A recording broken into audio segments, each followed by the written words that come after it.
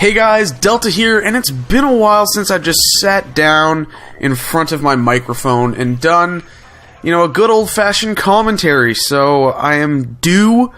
So here we are, and as we are getting to the end of 2013 here, I've been kind of looking back on the 7th generation of consoles, so the PlayStation 3, the Xbox 360, the Wii, and just kind of doing a bit of a post-mortem on it in my head, I guess, because that's the stuff I do. And, every console generation, I think, has that one year that is the absolute peak of the console generation. And I think that 2009 was that year for the PS3 and 360, and not just the peak of that generation, but I think it might have been the best year in gaming. And there are a few reasons for that, some of which are more personal to me, and then some are, of course, industry-wide. And I'll start with those, because there was just not just the quality of the games that came out that year, but also the quantity of quality games that came out in 2009 is really insane, to me, at least. I look back on recent years, and I think about Game of the Year candidates, and there's maybe 4 or 5, like this year in particular, there's only maybe 4 or 5 that for me I would say are worthy of Game of the Year, or worthy of being nominated for Game of the Year. You go back to 2009, there is maybe 10, maybe more games that I can think of that released that year that could be up for Game of the Year awards, which is mind-boggling to me. It was really insane to think. I mean, earlier in the early parts of the year, you got Killzone 2, which is one of my favorite games. Resident Evil 5, I know fans of the series didn't really like it, but I had a lot of fun with that game. Another favorite of mine to come out that year was the original Infamous, which I think is one of the best open world games of that generation. And then you get into the fall, the holiday season, when like everything comes out. You had Uncharted 2, you had Assassin's Creed 2, you had Modern Warfare 2, you had Borderlands, you had Demon's Souls came out in, I think, August of that year.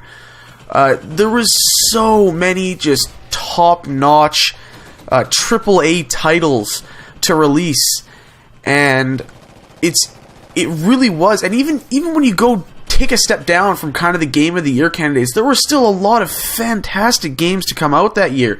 So while years following, 2010, 2011, 2012, and 2013 have all had their fair share of fantastic games, and I would argue that for a lot of those kind of top level games, they've gotten even better than what came out in 2009.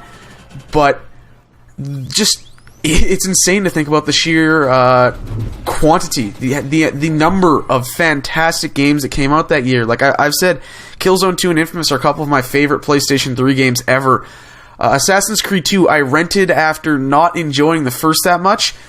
I played for like 3 hours. I'm like, okay, this is really awesome. I need to order a copy off Amazon. And then I had to physically stop myself from playing. Otherwise, I was going to finish that game before my actual copy arrived in the mail. It's like, no, there needs to be something left for me to play when my actual copy gets here.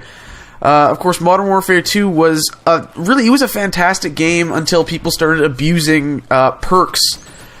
Borderlands, I'm not a huge fan of Borderlands, but I had a lot of fun with that game at the start. Demon's Souls was just, there's very few games like Demon's Souls anymore, and people loved that. So it really is. There's an insane number of games, and I can't list them all off the top of my head. I'm sure I am forgetting quite a few, but it was a huge year for games, I think. And then on a more personal level, 2009 was two things for me. It was the year that I think I really got into video games. It was, I guess 2009, I would have been in the second half of grade 9 and first half of grade 10.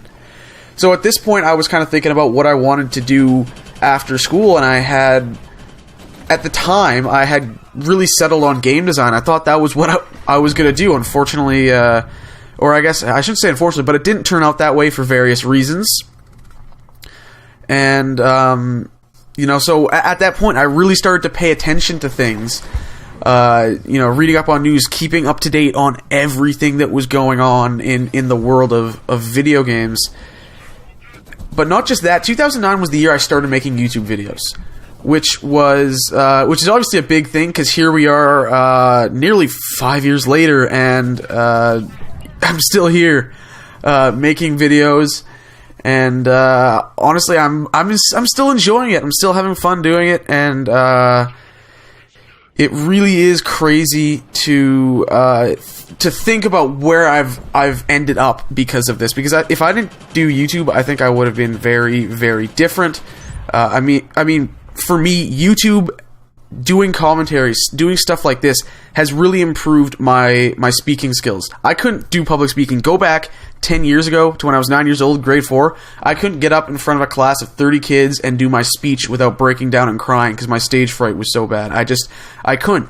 Even fast forward to my first year of doing YouTube, grade 10, doing a speech that fall. I was monotone. I started sweating almost instantly. It was terrible. Now, public speaking, even a year after that, into grade 11, public speaking was not an issue for me. It really is crazy. And not just that for me on a personal level with YouTube, but I think that's especially the latter half of 2009 going into 2010 with Modern Warfare 2 was when the YouTube gaming community really started to take off. And people start to realize the kind of influence and impact they had. It was the start of kind of the communication between developers, such as 402 Robert Bowling who was at Infinity Ward at the time, between the developers and the gamers, sort of creating this bridge between the gamers and the developers, with the YouTubers acting as kind of the collective voices for what people were thinking. And then you saw, you know, I didn't have much of an issue with, for example, the one-man army grenade launcher exploit in Modern Warfare 2 until YouTubers started making videos complaining about it, talking about how this is a really cheap loadout and how it breaks the game, basically, and how it needs to be fixed. And at that point, well, of course, many people were like, oh yeah, that's broken, that's really cheap, it needs to be fixed. There were also a lot of people that kind of like, hey, look, I can screw with everyone with this loadout now. So at that point, I think it became really evident what the potential of the YouTube gaming community was, and the kind of influence it could have over how people play video games and how developers make video games, which is absolutely massive.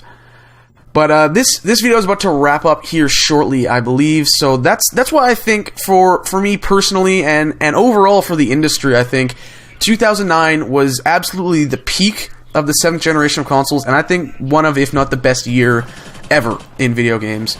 So thank you guys for watching. Like, comment, subscribe if you want to see more. Share it around. It really does help, and I truly, truly appreciate it.